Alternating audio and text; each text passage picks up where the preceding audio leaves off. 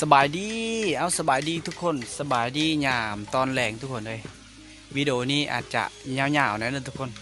มาอยู่กับเท่าสอนอยู่บ้านละอ่อนะทุกคนเมืองเซโปทุกคนนะ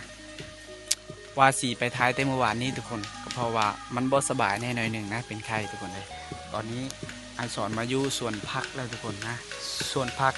ที่โครงการปสกให้ในพักนะทุกคนเลยอันนี้แหละอันนี้คือมักทั่วข้าเจ้าได้ปลูกแล้วทุกคนเลยเอาทุกคนเอ้ย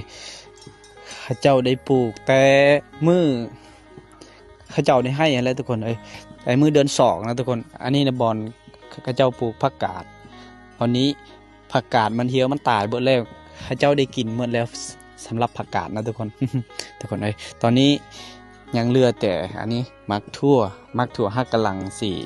เป็นหมากเลยตรงนี้งามๆเลยทุกคนเอ้ยนี่นะกำลังสีออกเป็นหมากทุกคนและอันนี้คือผักบงกลางงามได้ทุกคนนะกระเจ้าได้ฮดได้อย่างตอนนี้กระเจ้าเด็ดกิน ไทยสำหรับกินเมี่ยงตำมะคุ้งทุกคนเลยนะนี่สำหรับพักซื้อพักกะไอสอนพอค่อยหูซื้ออันใดนะทุกคนบอกในหูภาษาลาวปันใดก็ต้องขอโทษนะทุกคนอันนี้กระแมนพักโครงการปสกเพิ่นให้แหละอันนี้ทุกคนเลยนะนี่งามได้ทุกคนเลยงามหลายไอซ้อนขอย้ำมีนะทุกคนทาง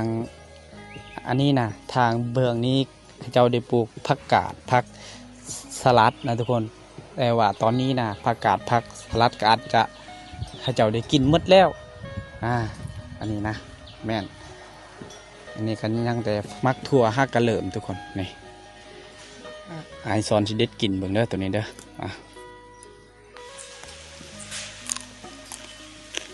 มักถั่วเขาเจ้าปลูกคัก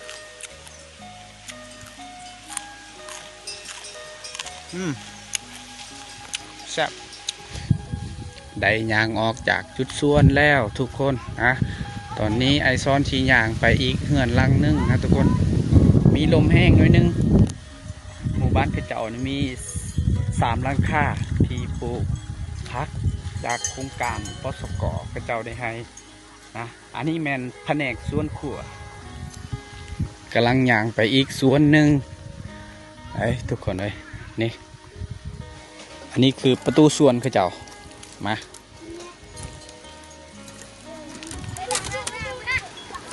ส่วนข้าเจ้าเนี่ยยังเหลือแต่อันนี้ทุกคน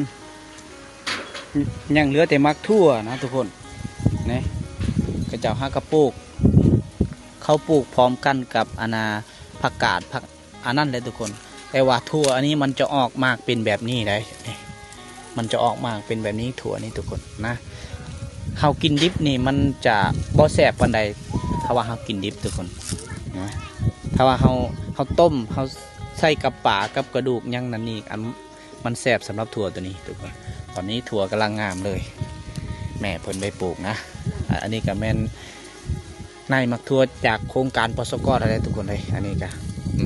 กำลังออกเลยขอย้ำนะทุกคนเขากินดิบอาจจะบ่แสบทุกคน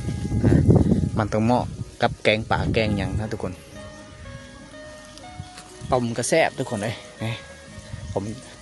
ผมจำแจวแสบเอาทุกคนเลยตอนนี้ไอสอนได้ออกจากสวนพักแล้วทุกคนนะและตอนแรงๆตอนนี้ทุกคนเลยอย่างที่ทุกคนได้เห็นอะไรทุกคนพักกามันไม่ค่อยจะเห็นเป็นไรสำหรับผักกาดนะทุกคนมันวิทย์แล้วทุกคนเลยและอีกอย่างก็เจ้าของคนกินเบิดแล้วทุกคนเลยจะเลือดแต่ผักทั่วนะผักกาดผักบงและอีกผักอันนึงในส่วนอันนึงทุกคนไอสอนบอดี้ฮูซื้อพักบอฮูภาษาลาวทุกคนเอาสำหรับวิดีโอนี้ก็ขอจบไปเพียงซ้ำนี้ก่อนทุกคนเลยบ๊ายบายทุกคน